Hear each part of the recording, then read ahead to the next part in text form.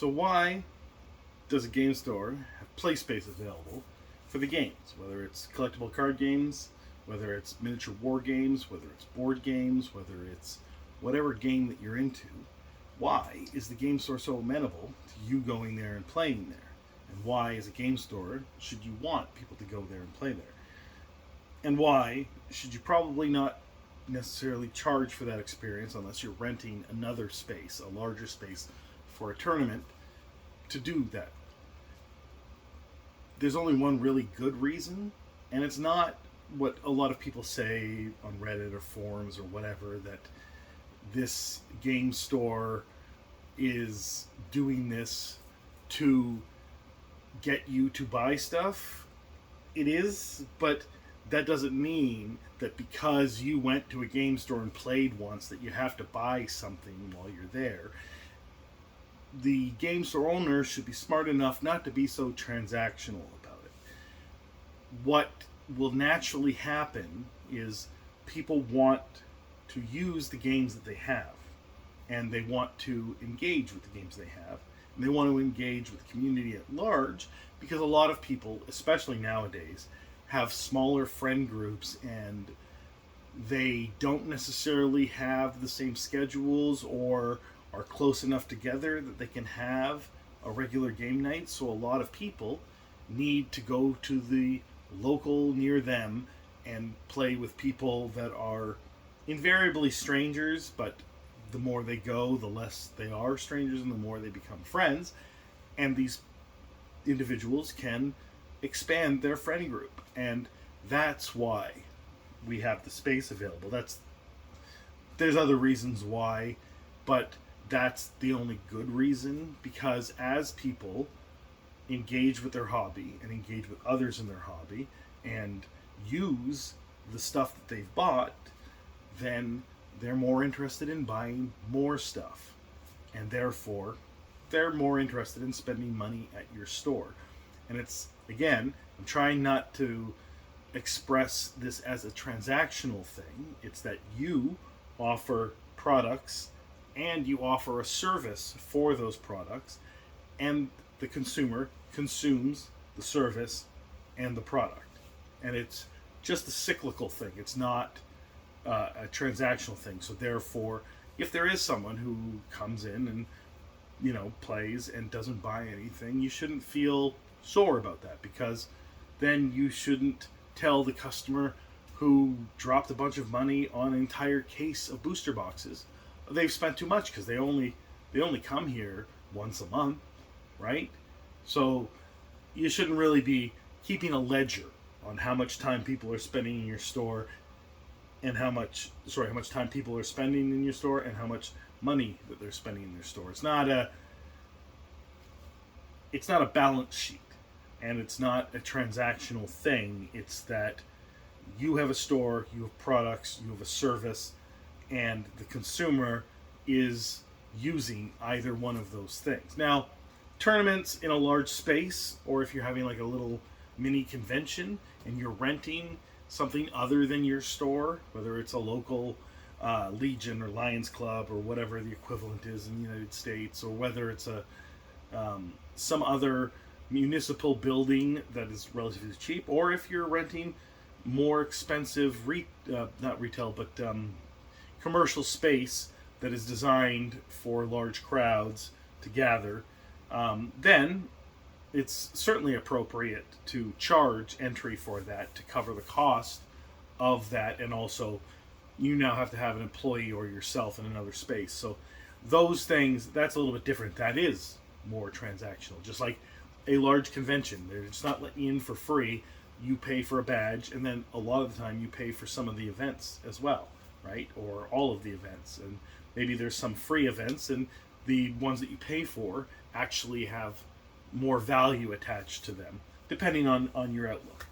But if you're just talking strictly the retail store that is selling these products, if they don't have a play space, it's not necessarily a bad thing, but they are diminishing their sales just by virtue of the fact that when people buy stuff, they are less able to engage with the hobby in a way that is normal in this day and age. And in fact, there maybe the excitement for this hobby dwindles a little bit and they move into a different hobby, and therefore they're no longer consumers that spend money in your store. So I would say that this play space is more of a marketing tool than it is, something that you should be looking to earn money off of. And I don't think many game stores do this anymore.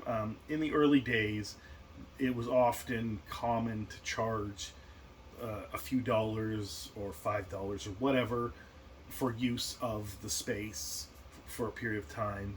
And I guess a lot of cafes still kind of use this model, but that's only because they have, I guess, less product available, and while coffee and other confectionaries that you would sell at a cafe are higher margin, you can't spend as much on confectionery and coffee as you can on a box of booster packs, or on a Dungeons and Dragons book, or on miniature war games, or on whatever, right? So while the margin is higher on a cup of coffee, maybe it's 90%, but the coffee costs $2, so you're making 90 cents, and they're not buying 100 coffees in one sitting, right?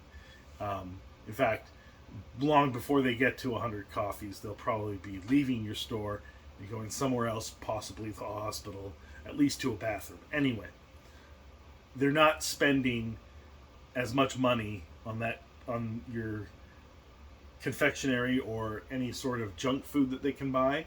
So this idea that stores make high margins on, chips or pop or pizza or whatever it is they bring in for their customers that come and play in the store, that these stores in, I guess, 2016 started bringing in more of this stuff, and then the idea was they're making more off of this than they are on the games.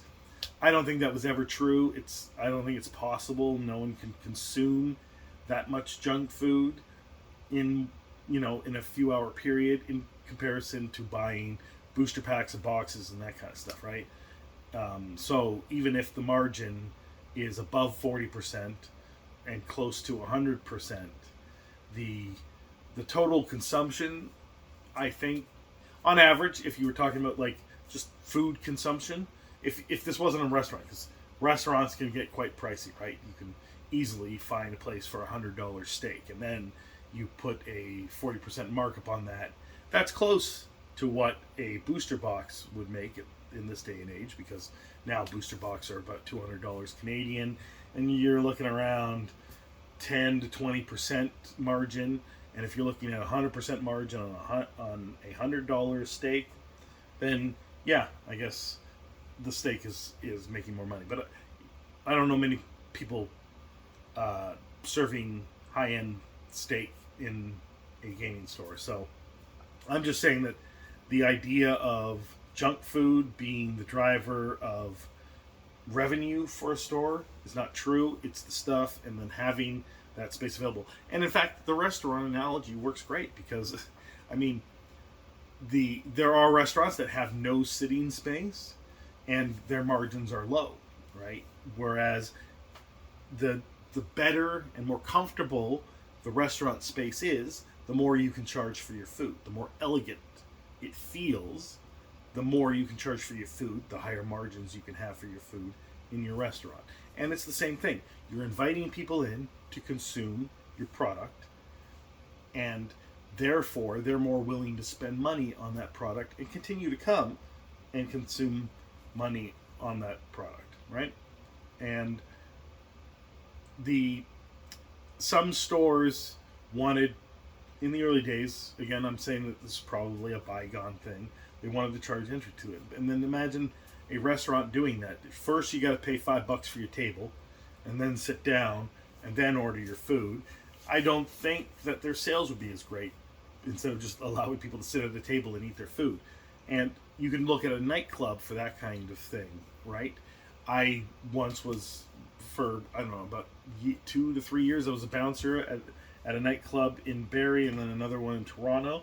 and this idea of cover charge, their thing was to make it exclusive. So you people could bypass the cover charge because they had certain attributes that people wanted in a nightclub, whether it's the amount they spend or how they look or their fashion or whatever, because it has to be a cool environment, right? And then everyone else gets charged a cover charge, and the people that don't, they get to bypass lines and bypass cover charge, get to feel special. But I always had this idea that you could use the cover charge also to get free marketing out of people, and yeah, so I see that there's certain models that could use that, but the game store isn't that. No one's feeling exclusive in a game store, right?